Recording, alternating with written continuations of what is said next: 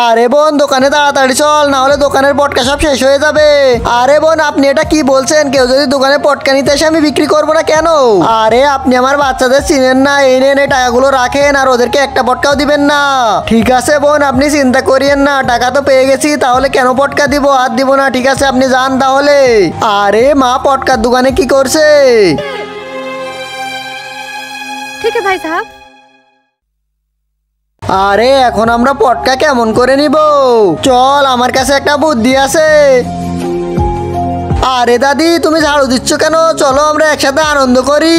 এই নেন টাকা, এই টাকা দিয়ে আমরা পটকা কিনি, চলো।